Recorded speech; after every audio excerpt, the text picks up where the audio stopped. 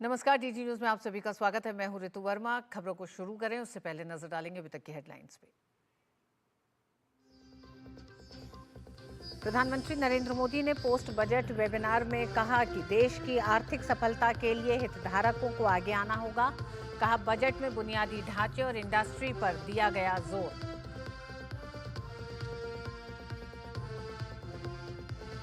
उत्तर प्रदेश के मुख्यमंत्री योगी आदित्यनाथ ने महाकुंभ के आयोजन पर सवाल उठाने वालों को लिया आड़े हाथ। कहा, व्यवस्था पर सयापा करने वालों को भारी संख्या में श्रद्धालुओं ने पहुंचकर दिया जवाब। पंजाब में सरकार और किसान आमने सामने। चंडीगढ़ कूच कर रहे किसानों को कई जगहों पर पंजाब पुलिस ने रोका। सड़क पर ही धरने पर बैठे किसान। अमृतसर के गोल्डन गेट पर भी किसानों का प्रदर्शन।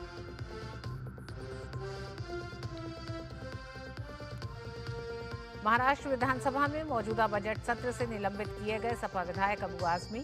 औरंगजेब को लेकर दिया था विवादित बयान। यूपी सीएम योगी आदित्यनाथ ने कहा, आजमी को भेजो यूपी, कर देंगे इलाज।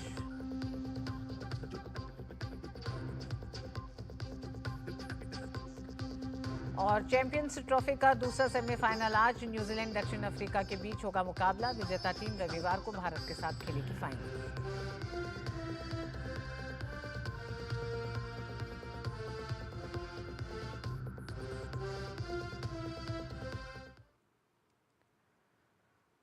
प्रधानमंत्री नरेंद्र मोदी ने रोजगार विषय पर बजट पश्चात वेबिनार को संबोधित किया।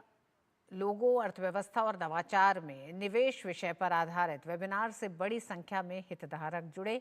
वेबिनार में 29 सत्रों में लगभग 100 पैनलिस्ट और 25,000 से अधिक प्रतिभागी शामिल हुए। पीएम ने अपने संबोधन में इस बार के बजट को देश के भविष्य का ब्लूप्रिंट बताया।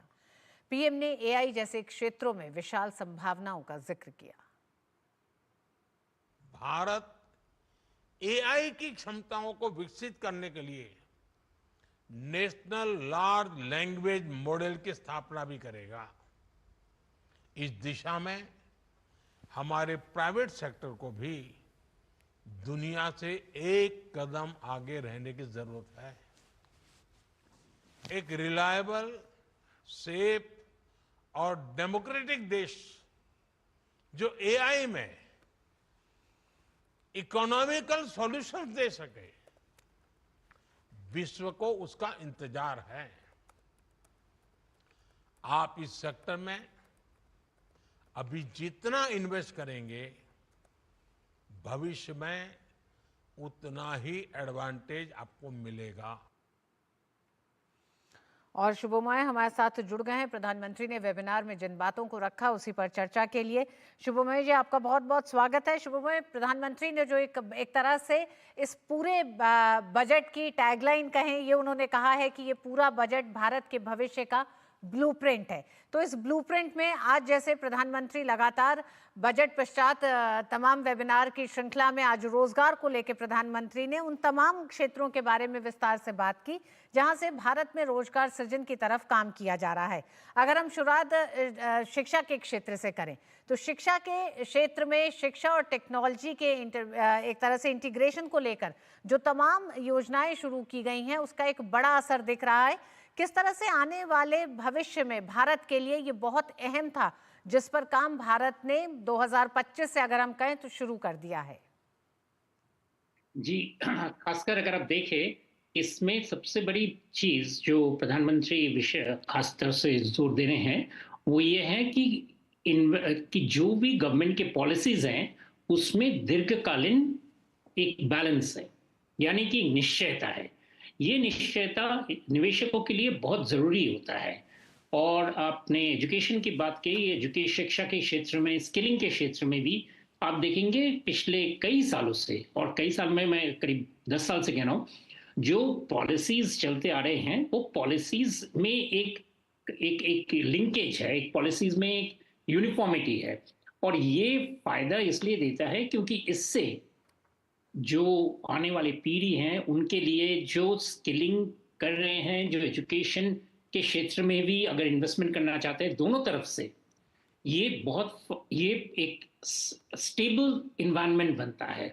और इसी की तरफ भी प्रधानमंत्री खासकर ध्यान आकर्षण कर रहे हैं कि जितने सारे संभावनाएं हैं, जैसे एआई के क्षेत्र में, अगर हम क्रिटिकल मिनरल्स के क्षेत्र में देखें, अगर हम इलेक्ट्रॉनिक ईवी यानी कि सोलर एनर्जी वगैरह, इन सब क्षेत्र में देखें, तो सभी क्षेत्र में जो इन्वेस्टमेंट्स हैं उसकी एक एक एक एक क्रम बनी हुई है, और ये क्रम का ही एडवांटेज दोनों तरफ से लिया जा सकता है। जी जी।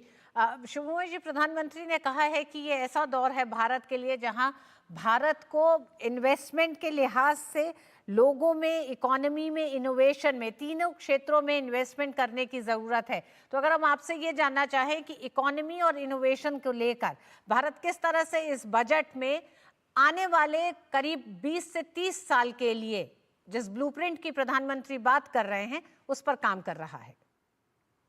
खासकर मैं 20-30 साल का जो लंबा दौर है उसको अगर हम छोटे छोटे अगर हम सालों के इन्वेस्टमेंट के हिसाब से अगर देखें, और प्रधानमंत्री जी का खासकर वही लक्ष्य है कि अभी अभी जो इन्वेस्टमेंट्स की प्रक्रिया है वो शुरू हो सकती है। हम वही चीजें अगर चलते रहें तो वो आगे चलकर भी 20 सालों में, 30 सालों में बहुत सारे इसके अच्छे नतीजे निकलेंगे। तो उनका कहना क्या है कि इन्वेस्टमेंट्स के लिए जो एनवायरनमेंट भारत में अभी जो तैयार हुआ है वो पहले जैसे मैंने कहा स्टेबल है।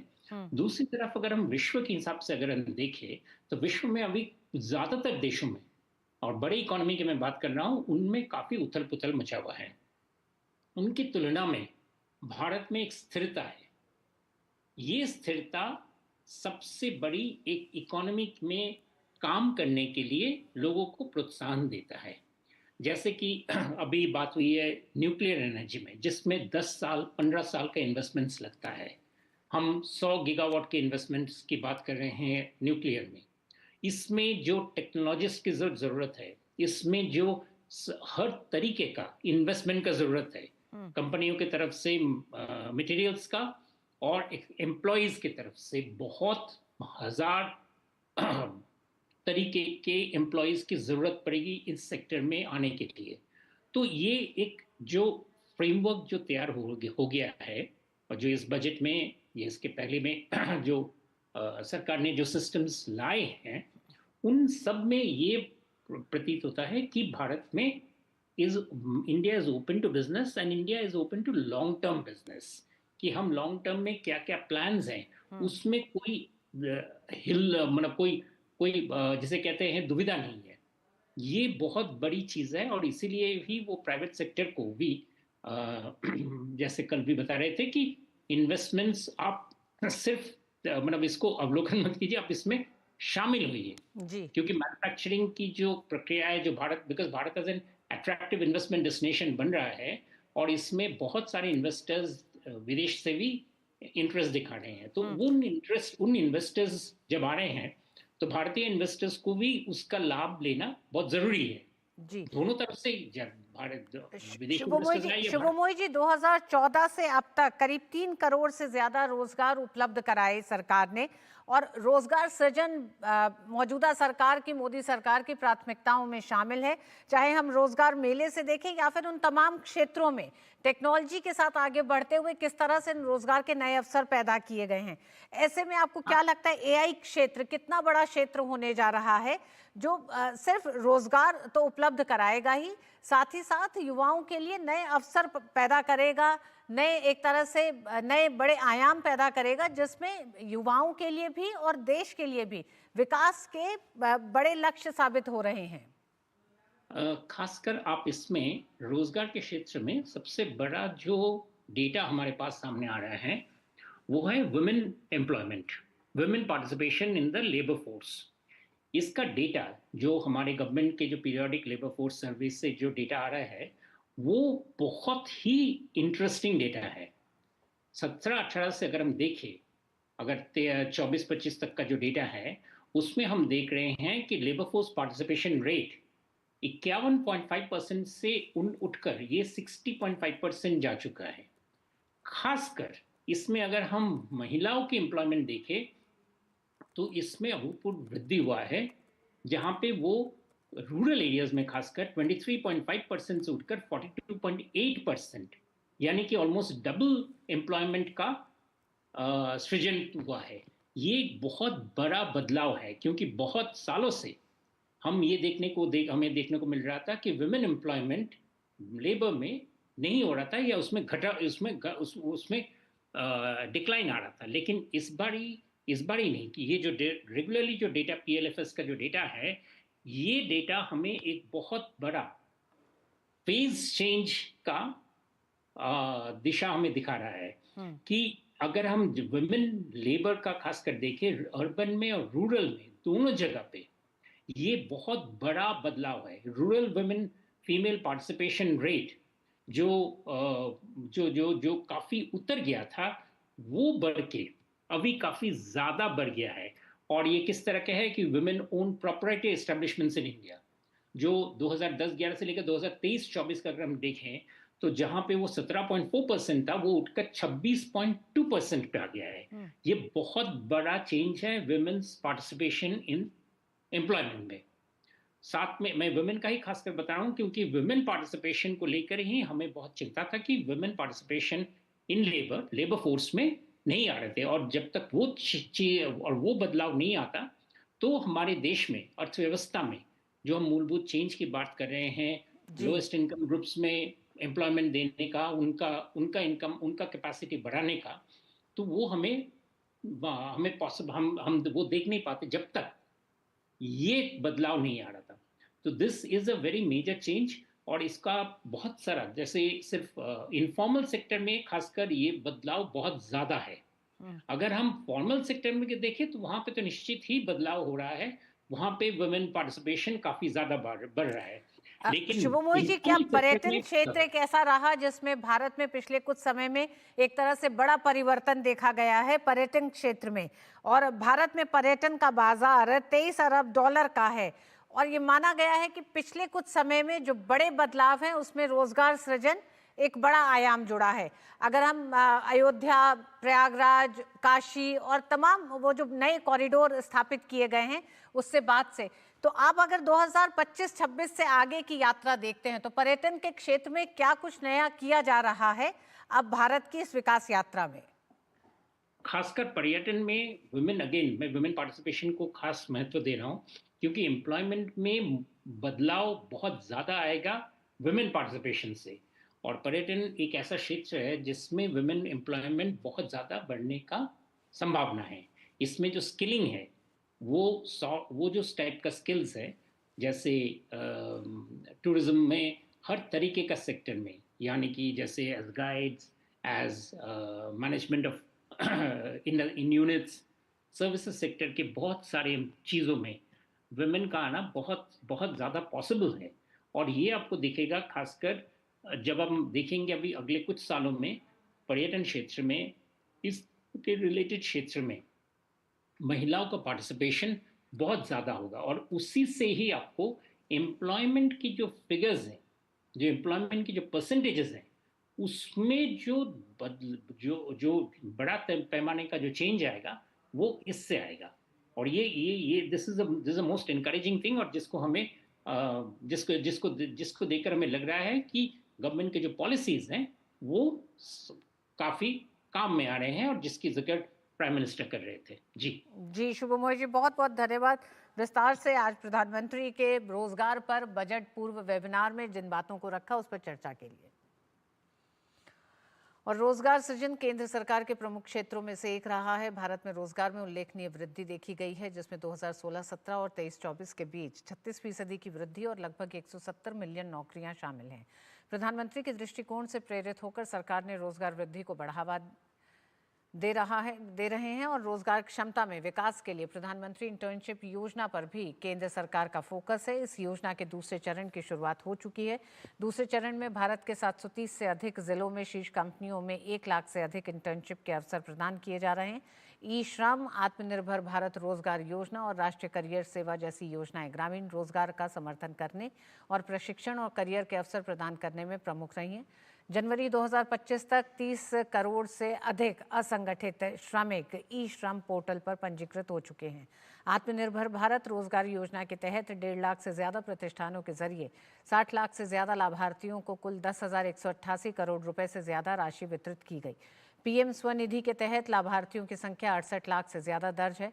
वहीं राष्ट्रीय प्रशिक्षुता प्रोत्साहन योजना के तहत कुल 7,80,000 प्रशिक्षु 47,708 प्रतिष्ठानों में प्रशिक्षण ले रहे हैं। इसके अलावा ईपीएफओ, ईएलआई योजना और गिग एवं प्लेटफॉर्म श्रमिकों के लिए सहायता शामिल है। केंद्र सरकार की इन योजनाओं का उद्देश्य कार्यबल के लिए नौकरी की सुरक्षा और अवसरों को और बढ़ाना है।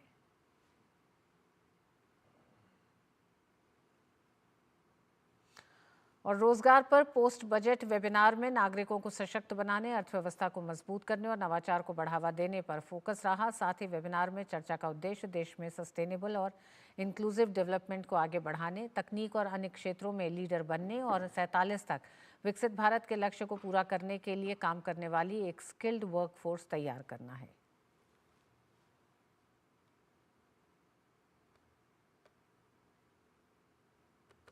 उत्तर प्रदेश विधान परिषद में बजट सत्र पर चर्चा के दौरान बोलते हुए मुख्यमंत्री योगी आदित्यनाथ ने कहा कि महाकुंभ का आयोजन पूरी दुनिया में चर्चा का विषय बना रहा। लंबे समय तक महाकुंभ का आयोजन दुनिया के लोगों को आकर्षित करता रहा। महाकुंभ प्रयागराज आज उत्तर प्रदेश ही नहीं बल्कि देश और दुनिया के हर उस व्यक्ति की मनोमस्तिष्क में छाता हुआ दिखाई दिया है, जो अपने आप में दुनिया की एक यूनिक इवेंट बनकर के लंबे समय तक दुनिया को अपनी ओर आकर्षित करेगा। योगी आदित्यनाथ ने सदन में महाकुंभ के आयोजन पर सवाल उठाने वालों को भी आड़े हाथ लिया। उन्होंने कहा कि जो लोग महाकुंभ के आयोजन के दौरान छोटी छोटी घटनाओं पर सवाल उठाते हैं, व्यवस्था को कोसने में लगे थे, ऐसे लोगों को जवाब जनता ने भारी संख्या में पहुंच कर दिया। जो लोग कभी पॉल्यूशन को लेकर के, कभी व्यवस्था को लेकर के, कभी किसी अन्य झूठी खबर को लेकर के तमाम प्रकार से इस महाकुंभ के आयोजन को किसी न किसी प्रकार से हतोत्साहित करना चाहते थे, लेकिन उन सब निंदकों को मुंहतोड़ जवाब देने के लिए जनता जनार्दन प्रतिकार के रूप में भी वहां पर उपस्थित होती हुई दिखाई दी। उन्होंने कहा कि नहीं, हम सब एक हैं, ताकि दुनिया जान ले कि समस्त हिंदू समाज एक है। पंजाब में सरकार और किसान आमने सामने हैं, दोनों में ठन गई है। मुख्यमंत्री भगवंत मान से कल हुई वार्ता के विफल होने और उनके ऊटपटांग बयान के बाद से किसानों के तेवर गर्म हैं। संयुक्त किसान मोर्चा के बैनर तले कई किसान यूनियन अपनी लंबित मांगों को लेकर चंडीगढ़ की ओर बढ़ रहे हैं, लेकिन चंडीगढ़ पुलिस ने सभी एंट्री पॉइंट सील कर दिए हैं। सभी सीमाओं पर पुलिसकर्मियों को तैनात किया है, बैरिकेडिंग की गई है, सभी जगहों पर कड़ी जांच की जा रही है। इस बीच आज सुबह विरोध प्रदर्शन करने के लिए किसान अमृतसर के गोल्डन गेट पर भी एकत्रित हुए। खबरें ये भी हैं कि पंजाब पुलिस ने कई जगहों पर किसानों को रोक लिया है और किसान वहीं सड़क पर ही धरने पर बैठ गए हैं। भारतीय किसान यूनियन एकता उग्राहा के अध्यक्ष जोगिंदर सिंह उग्राहा ने कहा है कि किसानों से अपील की है कि वे सड़कों पर, राजमार्गों और रेलवे ट्रैक को अवरुद्ध ना करें, क्योंकि इससे लोगों को असुविधा होगी। उन्होंने किसानों को सलाह दी कि वे सुरक्षा कर्मियों द्वारा आगे बढ़ने से रोके जाने के स्थान पर भी सड़क के किनारे धरना प्रदर्शन करें। चंडीगढ़ के जितने भी बॉर्डर्स हमारे लगते हैं, वो सारे बॉर्डर्स को हमने वहाँ पर पुलिसकर्मी तैनात किए हैं, बैरिकेडिंग करी है, जैसा कि आप देख सकते हैं, और वहाँ पे स्ट्रिक्ट चेकिंग की जा रही है। हमारी पूरी कोशिश है कि रूट डाइवर्जन हो और लोगों को कम से कम इनकन्वीनियंस हो, पर जहाँ जहाँ हमारी चेकिंग की वजह से थोड़ा सा ट्रैफिक जाम होने की हमें अंदेशा है, वहाँ पर हमने ट्रैफिक रूट्स डाइवर्ट करे हैं।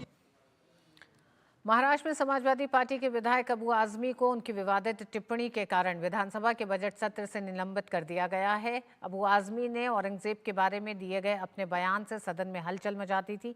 इस पर संसदीय कार्य मंत्री चंद्रकांत पाटिल ने सदन में एक प्रस्ताव पेश करते हुए कहा कि आजमी के द्वारा की गई अशोभनीय टिप्पणी के कारण सदन की प्रतिष्ठा को ठेस पहुंची है, जिसके कारण उनकी सदस्यता मौजूदा सत्र के लिए निलंबित करने का प्रस्ताव रखा गया। इस प्रस्ताव को सदन में अध्यक्ष ने पारित कर दिया।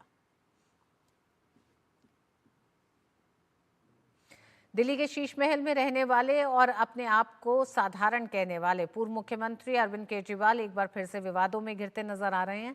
आम आदमी पार्टी के राष्ट्रीय संयोजक अरविंद केजरीवाल विपाशना के लिए पंजाब के होशियारपुर पहुंचे, लेकिन उनके काफिले का नज़ारा देखने लायक था। उनके काफिले में 50 से अधिक गाड़ियां शामिल थी, जिनमें से 2-2 करोड़ की लैंड क्रूजर शामिल थी। इसके अलावा 100 से अधिक पुलिस कमांडो उनके साथ थे। यही नहीं, एम्बुलेंस और फायर ब्रिगेड की गाड़ियां भी शामिल थी। केजरीवाल के इस दोहरे रवैये को देखकर भाजपा समेत कई दल हमलावर हैं।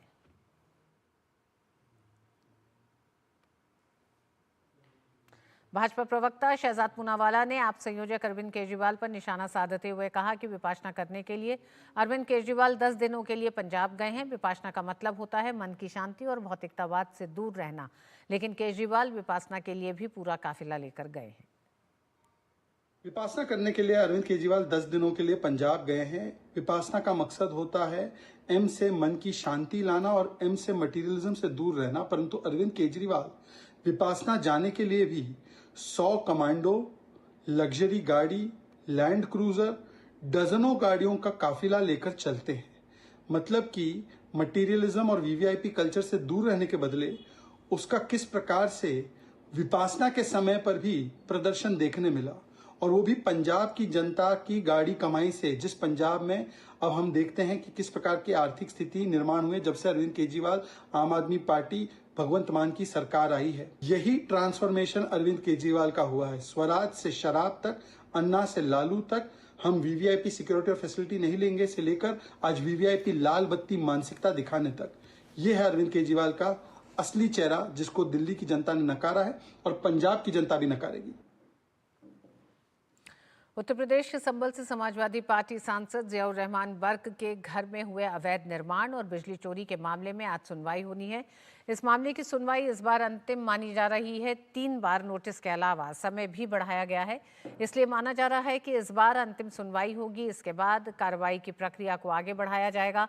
मामले की सुनवाई उप जिलाधिकारी वंदना मिश्रा के कोर्ट में की जाएगी। मामले में नियत प्राधिकरण ने जियाउर रहमान बर्क पर बिजली चोरी के आरोप में 1 करोड़ 91 लाख का जुर्माना लगाया है।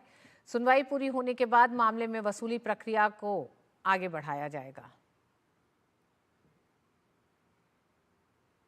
उत्तराखंड के चमोली जिले में गोविंद घाट और हेमकुंड साहिब को जोड़ने वाला सस्पेंशन मोटर पुल भूस्खलन के कारण ढह गया। हादसे पर चमोली के जिला मजिस्ट्रेट संदीप तिवारी ने कहा है कि आज सुबह गोविंद घाट क्षेत्र में भूस्खलन हुआ। इससे पीडब्ल्यूडी का पुल क्षतिग्रस्त हो गया और मार्ग कट गया। यात्रा अभी शुरू नहीं हुई है, ये मई में शुरू होगी, लेकिन वहां पुलना गांव है जिसकी आबादी 200 से 250 है। प्रशासन की टीम इंजीनियरों और डॉक्टरों के साथ मौके पर पहुंच गई है। प्राथमिकता ये है कि वहां रहने वालों के लिए पैदल चलने का रास्ता बनाया जाए ताकि उन्हें भोजन, स्वास्थ्य और सैटेलाइट फोन जैसी बुनियादी सुविधाएं उपलब्ध कराई जा सके।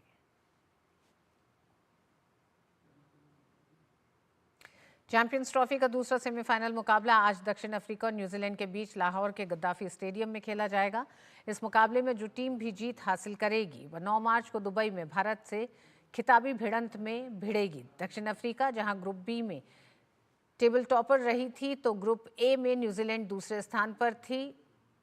साउथ अफ्रीका ने इस प्रतियोगिता में अब तक अफगानिस्तान और इंग्लैंड को हराया है, जबकि ऑस्ट्रेलिया के खिलाफ उनका मुकाबला बारिश की भेंट चढ़ गया था। दूसरी तरफ न्यूजीलैंड ने अब तक पाकिस्तान और बांग्लादेश को शिकस्त दी थी, जबकि भारत के खिलाफ उन्हें हार मिली थी। साउथ अफ्रीका और न्यूजीलैंड के बीच अब तक 11 बार आईसीसी वनडे टूर्नामेंट में टक्कर हुई है, जहां 7 बार न्यूजीलैंड को जीत मिली है तो 4 बार साउथ अफ्रीका विजेता रहा है। वहीं चैंपियंस ट्रॉफी की बात करें तो 2006 चैंपियंस ट्रॉफी में न्यूजीलैंड को जीत मिली थी, तो 2009 में साउथ अफ्रीका जीता था।